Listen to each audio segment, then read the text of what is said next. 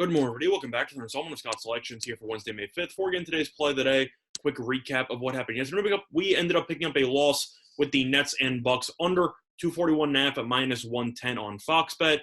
Game landed 242. Now, I know that since I usually post my videos or make my videos and they get posted about, I don't even know, 7 hours later or so, I'm sure a lot of you actually ended up getting pushes or wins in that spot because the line ended up jumping to around 242 or 242.5 in the morning. So I got a terrible number in the end and ended up burning me, but I'm sure a lot of you ended up winning or pushing. So I guess that's better than nothing. But pretty unfortunate there. You had a couple of slow starts to, I believe, the first quarter and the third quarter. And yet the first quarter had 67 points. Third quarter had, I think, 64. We needed less than 56 points in the fourth quarter and got exactly 56 points. So pretty brutal there.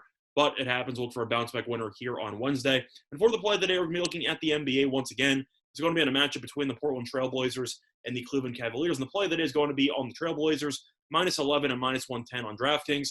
Time recording of 2:08 a.m. Eastern Time. Couple reasons why I like the Trail Blazers in the spot. First of all, Portland has been playing really well lately.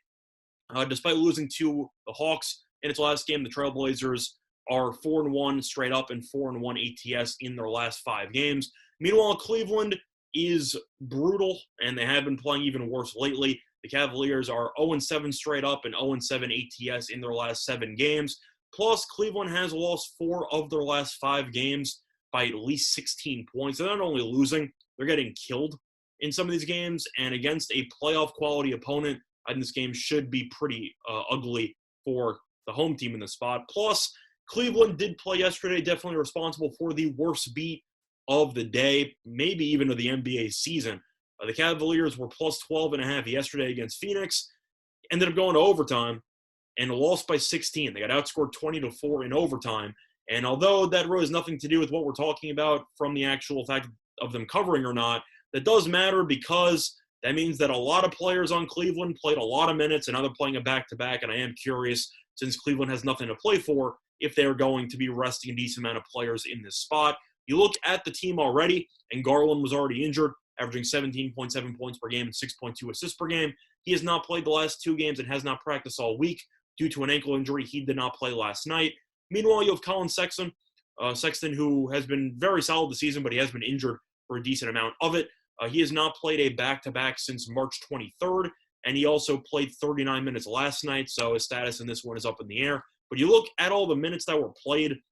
You had Kevin Love, who played 34 minutes, but nobody really knows what's going on with Kevin Love. You had Osman, who played 45 minutes. You had Okoro, who actually was very good, had a career-high 32 points yesterday, but he did play 47 minutes. You had Jared Allen, who played 37 minutes, and Colin Sexton, who played 39 minutes. I'm really curious how many of these players Cleveland decides to sit.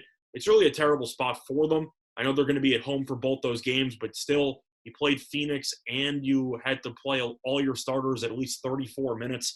And now you play a Portland team with a rest day that has been playing really well lately. I do think this is a pretty bad spot for Cleveland. And I do think Portland should win this game in blowout fashion. Plus, Portland did win the first meeting this season by 19 points. I know that was a long time ago, so the rosters aren't exactly the same.